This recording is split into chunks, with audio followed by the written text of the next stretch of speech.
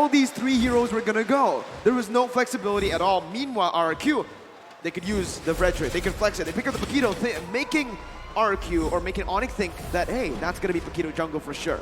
Yeah. And ladies and gentlemen, we're walking to the second game draft. LaFell, break it down for us. Okay, right now I'm already seeing the Joy ban, so if they want, because right now, maybe they're gonna try to open up carry, but they should try to get carry, or dare I say, even Beatrix first, because Beatrix, there are ways to counter, but because the Joy has been banned, it's gonna be a little bit safer for CW to stay behind and not getting like harassed. From what we've seen though, on esports, usually when they get first pick, they don't care about the carry. They let it go. They have a Moskov to counter it later. They go for the Yi first pick. That's the prio. And I think in game 1-2, you could see that Clay really was able to get. Oh, there you go. They respect it. That means they want the carry now. If they don't want the Eve, right? Now RRQ are forced to either ban the Kaja, carry. And there are a lot of other choices. No, Fanny is still available, right? Fanny, you're and right. we all know how scary Kyrie can be on the Fanny. It's Fanny, Kyrie, Kyrie, Fanny. It's one of those two words that go back hand in hand. Or Candy, Carry, I don't know. The whole point is there are a lot of good characters available. Kaja, Carry, Grok, Valentina.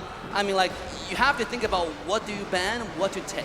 I mean, if all of those options are open, might as well just open all of them, because for RRQ, I kind of feel like, personally for me, their prior really should be the Kaja, because if Vin gets a hero where he can comfortably engage, that is a difference maker.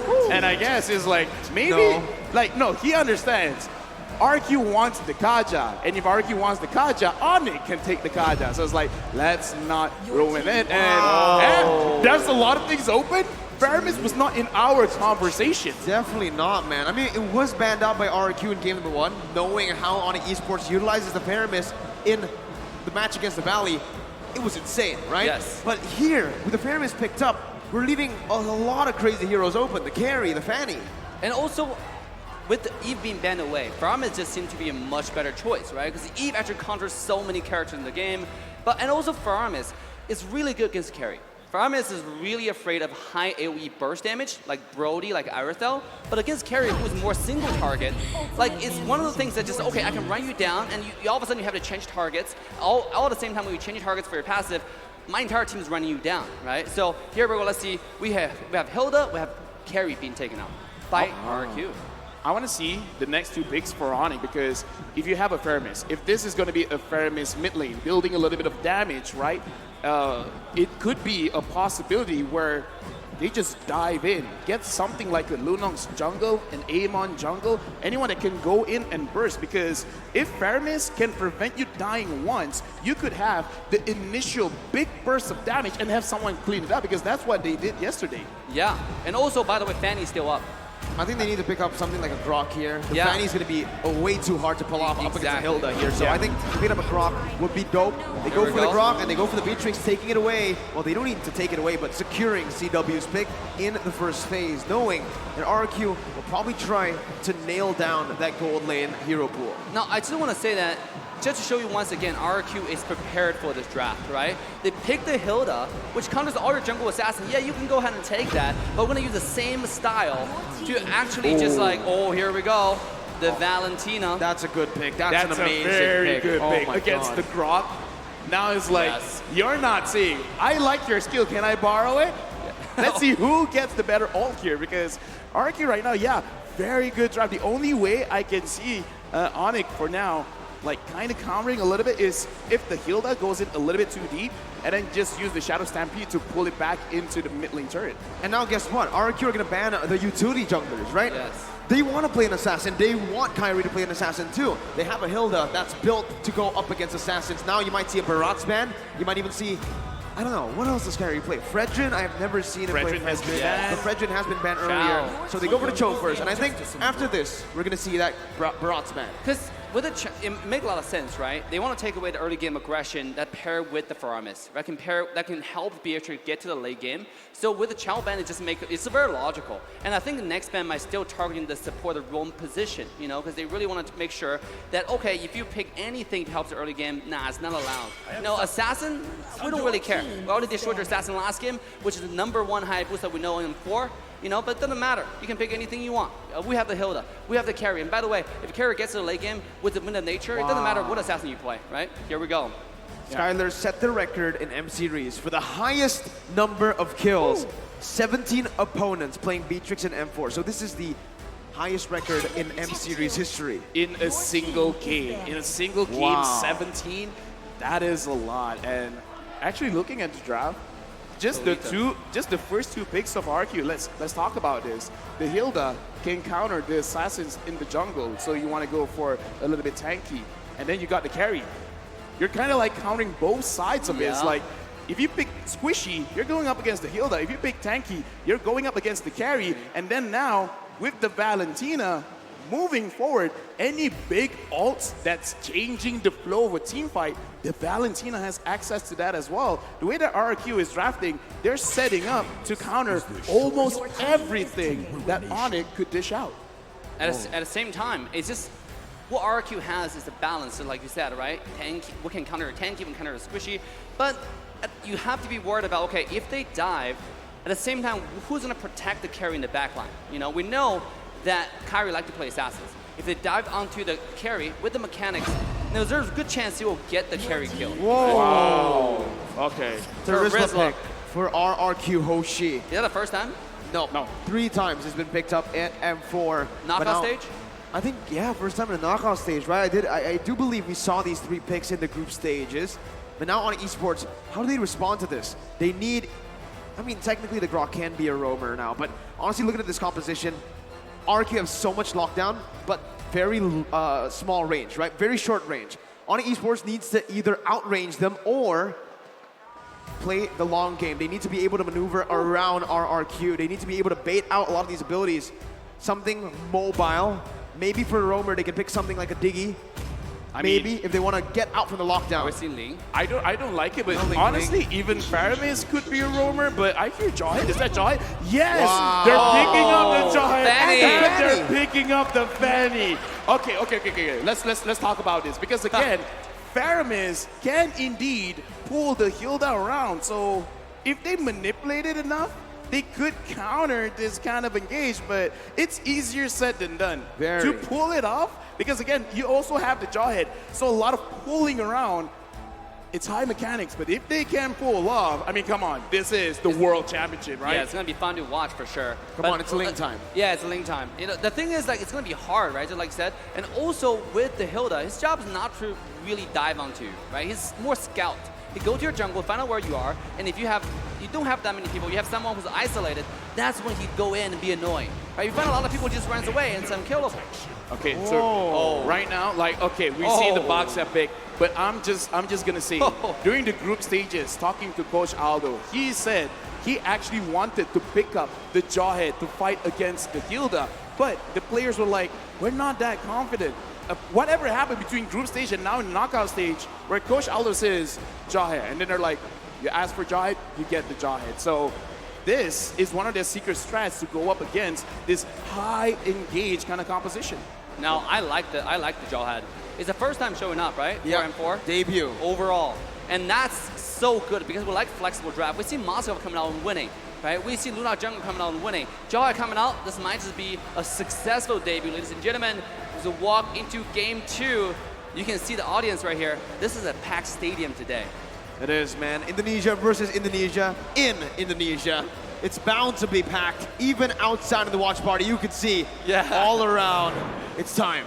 Ladies and gentlemen, let's walk into game 2. This is RRQ taking ONIC. RRQ 1-0 in the lead.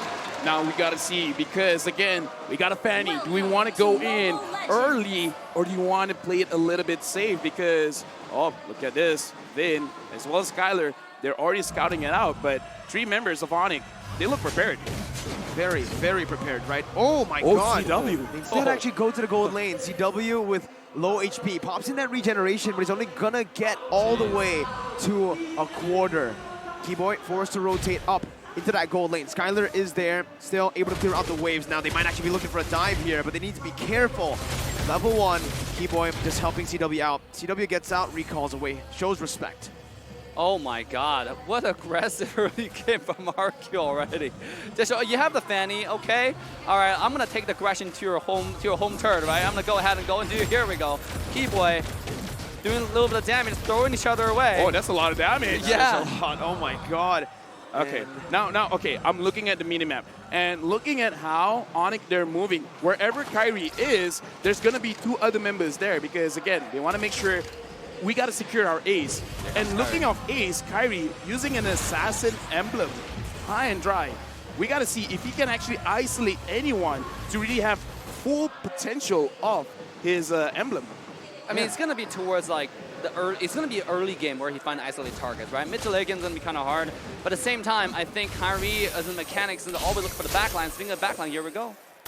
Kyrie already with that purple buff, looking to go for a few kills early on. That's the main reason he went for the high and dry. But now it's going to be Sans who's going to be caught out. Albert finds him with a shield unity, and Clay picks up first blood in the mid lane. Unfortunate, but Clay took a little bit too much damage. And now RRQ, because again, this is a pretty tanky lineup. Looks like they're really trusting Skylar to dish out all the damage. Boots, he just wants to see what's going on around the turtle, but he's getting punished for it. What's up, bro? Gets smacked in the face. That's Terizla power for you in the early game, especially in lane.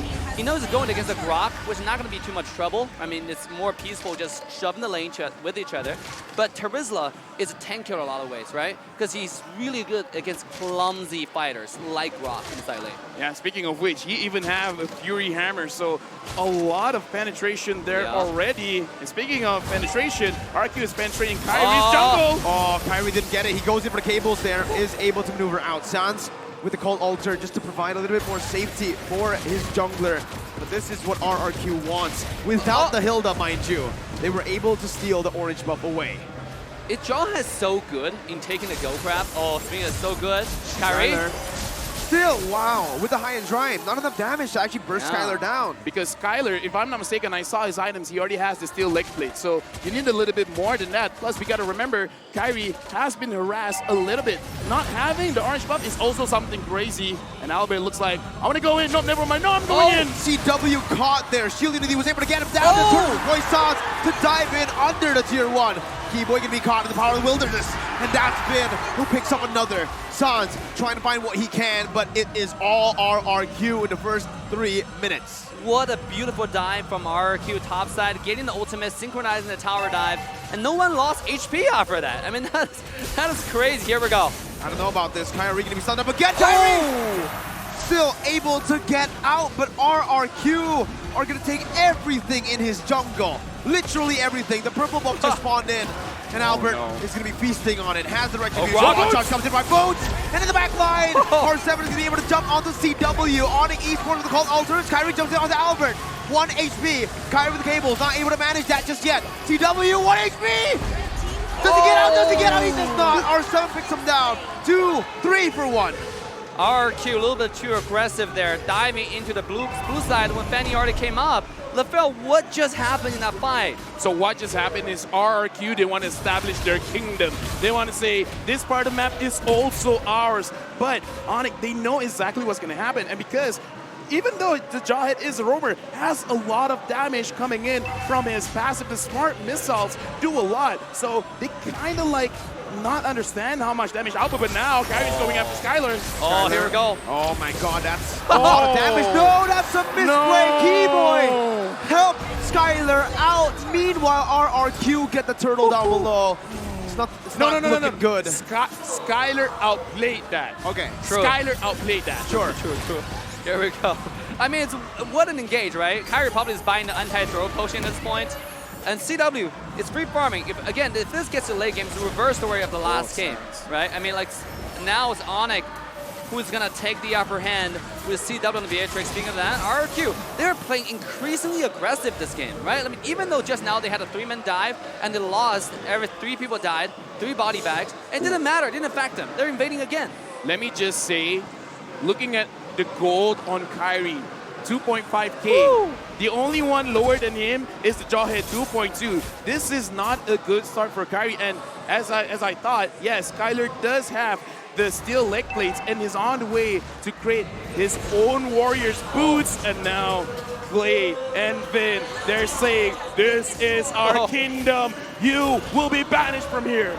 And they are doing very well at that right now. Kyrie, 2 levels below Albert as he jumps over the shield unity now. Trying to look for some space, jumps in, gets a stun down, and that's gonna be R7 finds it as well. It does not gonna work out for the side of RRQ that much. ONIC, I mean. The Again, burst. the ejector wasn't there, properly set up by ONIC, and RRQ win! Almost gets a solo kill, it's gonna fall in the end, but it's only an execute! Oh no, ONIC! Oh no! RRQ are dominating this game. They're dominating last game. They're dominating this game. We talk about they did their homework. They know completely how to counter Kyrie's playstyle. They know this guy too well. I think they scrim too much against each other. What happened here? What's going on? Why is Kyrie not being effective this game? I mean, this just shows to all the kids watching at home, study hard. Homework can prepare you better for the future. Just look at RRQ. The way that they've been controlling is they get the pressure onto the lanes. Once you control the lanes, no one will stop you going into the jungle. And once you go into the jungle, bring 4 people in. This is almost like an Ube strat. And now, look at Boots. Like I said, if you're squishy, you're going after the Finn. Finn's stopping you. And Skylar's stopping all the tanky people all the way. What are you supposed to do right now if you're on an esports, right? Everything is going the wrong way.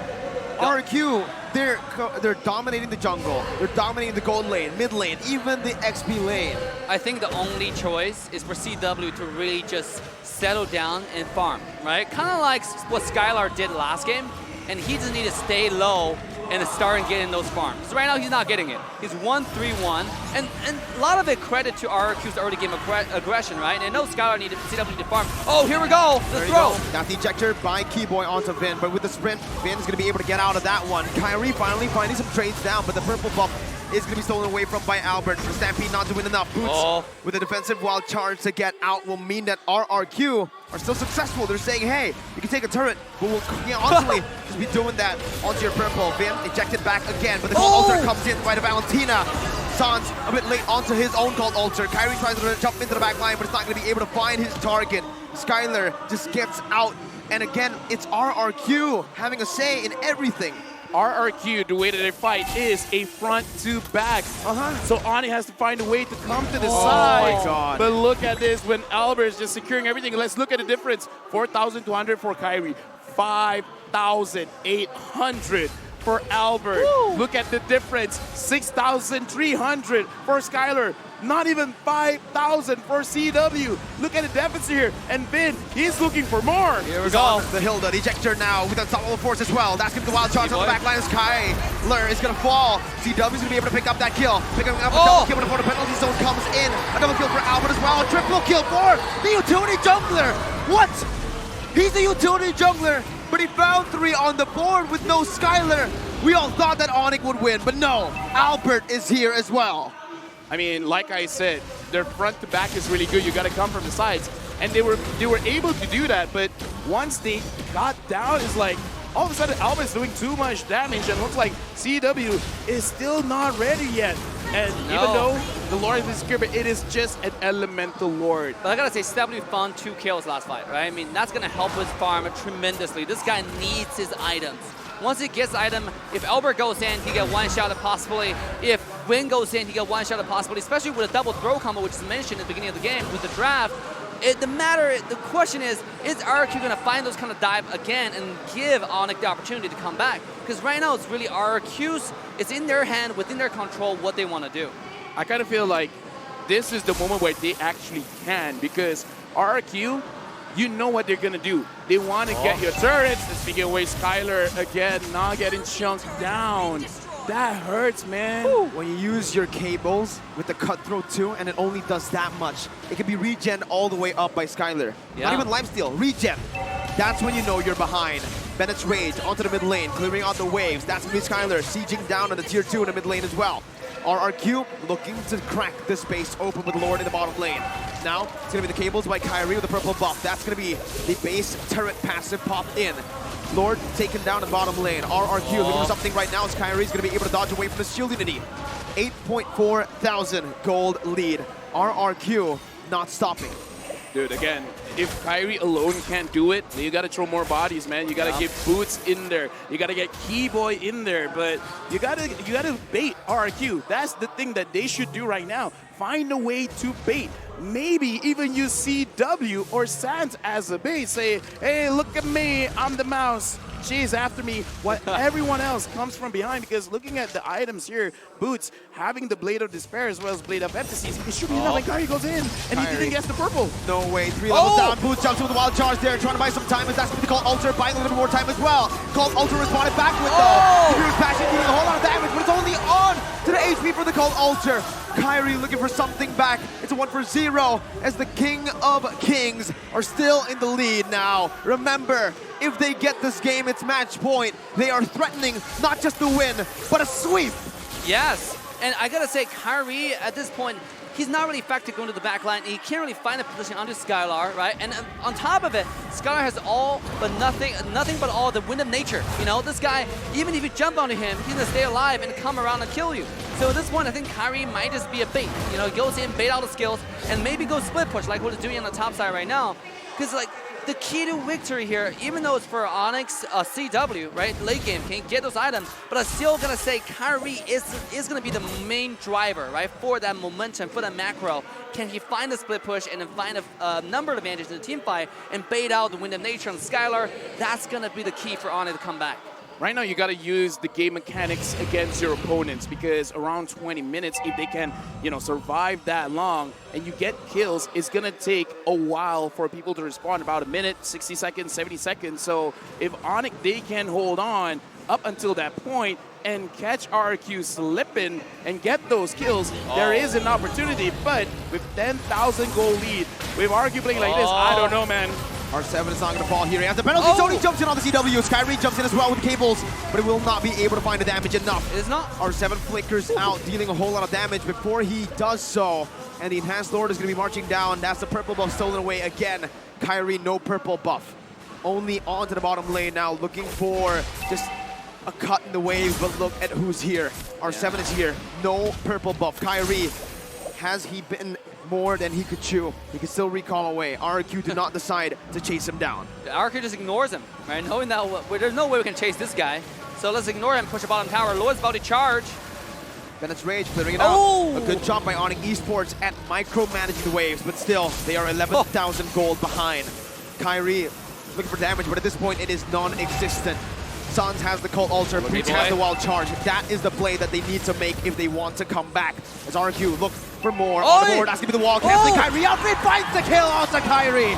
R7 in the back line right now, the Wild Charge is able to connect onto 3. But the Cult Ultra is placed down by Sans. It's another Cult Ultra by Clay as he jumps in onto Sans. That's the passive from the carry, not dealing enough to take him down. But RRQ have cracked the base turret open. Dude, I was just about to say Kyrie was baiting out the skills, baiting out the ultimate from Win, and next thing we know, he come back in. It was CC chain, yeah, boink, he was down. I mean, what does ONIC need to do, LaFell? With the penalty zone of his life onto 3. Skylar with the killing spree now with a double. CW is getting flickered onto. Clay jumps in, he's so low. Kyrie with the defense right now, but with the base open, R7 and Albert takes it down to secure a match point for the King of Kings. 12,000 gold lead. If you want to win, it's enough to win, but no, they're sending a message. You're in our kingdom now. 12,000 gold lead. You lose lane. You lose jungle. You lose your buff. You lose another game. Match point for RRQ. I love how RRQ played this game. They put a pedal to the metal. Their aggression never stopped from beginning to end. There was no chance for CW to farm, right? And no chance for Kyrie to actually show up because there was so much aggression. He'll find exactly where you are. He pressures CW's lane. And from that point on, it's all over for ONIC Esports. You can see it in the game. They took enemy territory. They said, it is our kingdom now. And even here in Tennis Indoor, the RRQ kingdom runs wild. What an absolutely amazing performance by RRQ so far. 2-0, but it's not over yet. Hey, if RRQ wins another game, they just gotta go for Echo now. And if they are able to take down Echo once again, they go to the grand finals. Like, this is the closest that they've gotten ever since M1 of actually being world champions. Wow. Yeah, let's take a look at game highlights. Showing no mercy, RRQ leads the series 2-0. At this point, if ONIC want to come back, they have to make adjustment quickly, right? What do they do about this assassin early game? Do they ban the Hilda away? Because so far, it's giving them so much trouble, Miracle. They tried to pick the Hilda in game 1. They left the Hilda open in game 2, and RRQ won both. Here, this is what we got to bring up. The first 3 picks where, okay, ONIC, they secured the Hilda as well as the carry. And like I said, just those 2 heroes counter almost everything. But we got to talk about it. Faramis' first pick, it really didn't work out for them. Yeah, Faramis is one of the characters that cannot be first pick. Why? Go ahead. Terizla. That's the answer, right? You're clumped the up Valentina together. as well. The Yeah, Valentina, Valentina as well. the Terizla. You also see just, again, so much AoE from the box shed too. The frontliner there from RRQ, but honestly, massive props for that Terizla pick, because with the penalty zone, you could see every single time R7 was able to find like 3-4 people on the board. Yeah, absolutely. Ladies and gentlemen, we want to talk more, but first, let's talk about M4 Battle Night. It's going to go live this January 21st. Expect loads of events and rewards up for grabs in-game. First off, complete Battle Pass in-game on January 21st to get a skin choice chest. You can choose the skin you like most from the chest. That's a lot of options. Aside from that, battle bonus awaits you on the same day. Play matches and you will get the team star protection for 3 matches, double star raising points, double protection points, double EXP, and double BP for 5 matches. A lot of free bonuses you can get there. We're not stopping there though. Free access to all heroes and loads of epic skins will also be available that very day. So save the date, log into the game on January 21st, enjoy the match, and win tons of rewards. Let's all celebrate M4 Championship together, including with your friends. We're all friends here, we're celebrating, we're playing, and I think we've been slaying as well. We have been slaying, you know? I think our win rate on the desk right now is still at 100%. Yeah, I don't think we lost. I think it's because of my DP, by the way. My default picture. What is your default picture? It's a chocolate samyang. It's pretty good, not gonna lie. No, but Yeah. we gotta talk about this game because Yes. we need the analysts to break it down. Yeah, that's neither here or there. But ladies and gentlemen, talk more about exactly how the game went down. Let's quickly send over to our analyst desk. And it begins. RRQ at match point. Hopefully you guys at home are loving it, because here in the arena, the RRQ fans absolutely are. My name is Getting Q. This is Trex as well as Jace here at the analyst stand to break it down. Now, this draft, I have to say, R7, he's really digging deep into his pockets to show off what he's got. So first of all, you got a Paquito, and then you got a Terizla. But I think it really boils down to the draft. The moment when you see that there's a Grok and there's also and Faramis on the other side, there is literally no way that you would just hesitate. You just lock in that Valentina, and that is absolute stocks. Yeah, I mean, one of the major things that I talked about at the beginning was that ONIC was going to be the diverse team, but right now, RRQ are the ones digging deep, pulling out some different cards. That penalty zone was definitely one of the game changer things throughout that whole match. Honestly, for me, I think when I'm looking at this draft coming in from RRQ specifically, that early game power, especially coming in from Vin to give that information, and then ways to actually force priorities on the lanes, putting as much pressure as they possibly could on Kyrie. Oh my goodness, it just bled into the side lanes. And I feel like looking at RRQ's draft as well, you know that you're going up against Kyrie as this Fanny, right? What you can do is you can match that movement from one lane to another equally like a boxer. This is like literally 2 seasons ago kind of draft. Another important thing to point out is R7, an item that you don't really see very often in the current meta, that Bloodlust Axe. And then we take a look at everything on Onyx side, nothing to deal with it, not one Dominance Ice, not one Necklace of Durance, no answer. So he has the ability to dive in and not get shredded down. And even more so, he bought the Queen's Wings just to be even greedier. So even if you did get the Dominance Ice, put me low, I've got a deadly passive that keeps me alive longer than I should, and I will make you pay for it. But overall, I think the difference maker that both me and Trex were hoping from ONIC is supposed to be Keyboy on this Jawhead. Yeah, and we were thinking that, you know, you got a very aggressive Hilda gonna hard invade your jungle almost all the time. A Jawhead does have a lot of early game damage. You saw it in the early part of the game. You saw Keyboy almost was able to put down Vin, and Kyrie, I think, is a little bit too early for him to activate. And I think ONIC's draft, in terms of the early game, just unfortunately didn't pop off. So when it goes to the later part of the stage, that's when RRQ already scale, especially if they have a carry. And that's when everything just starts to crumble. You know, I want that Jawhead to work so bad. Every time I see a team pick it, I'm like, man, theoretically, on paper, it sounds like it's supposed to work, but every time it just kind of flops. It did. It kind of did. Maybe there could be a couple of adjustments, but for now, let's have a look at our MVP of the game. Coming out, it's Albert on his Boxia.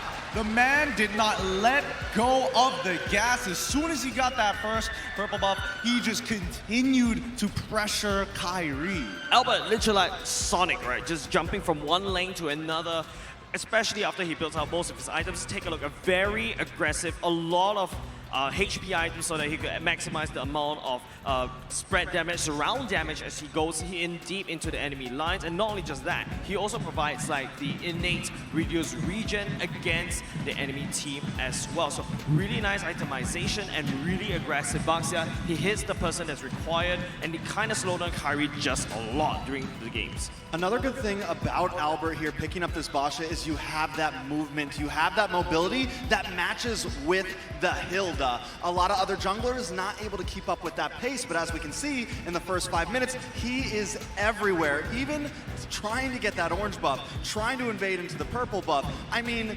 just completely dominating. It kind of goes into Albert's style of aggressiveness, but still keeping him bulky and tanky. I think it's a solid plan, but the efficiency that Albert was playing it with the rest of his team was rather incredible because he's allowed to do these moves with the help of your side laners, and even though he is by himself, sees, oh, I can't steal away this buff, Kyrie goes to the opposite side of the map. Instantly the call is, let's initiate on the bottom or the top side, depending on where he is. There's just so much impact, and it feels like he's not wasting his time rolling around. Yeah, and if you notice the impact that Albert did, mostly is just all around the side lanes, not a lot of emphasis on the mid lane, right? They won via the side lanes, and it's very apparent. But let's take a look at the MVP highlights right here. I want to see exactly how, you know, Albert rotates around. Especially, look, it's just always hard invades from the side of RRQ. ONIC doesn't really have that tempo, and by the time it lost tempo, especially in the early parts of the game, RRQ just scaled out of control. I mean, look at this. The early game already fell into RRQ's hands, and I think at that point, ONIC just straight up can't come back from this. Most definitely. And Clay in the early phase took such advantage of taking away San's Colt altar, and they're able to really push into that gold lane. We saw it literally in 2.5 minutes getting a pick onto CW, but as this match goes on, towards the end, they get a huge gold lead, and they know they can press their advance right there. Even with the wild charge knocking up, there's nothing that ONIC can do. Not even the Sky King Kyrie was able to take them down, and this is where, you know, everything just gets wrapped up. I totally agree with you. I think, you know, play on the Valentina is just insurance that every play they make is going to work. And, you know, that's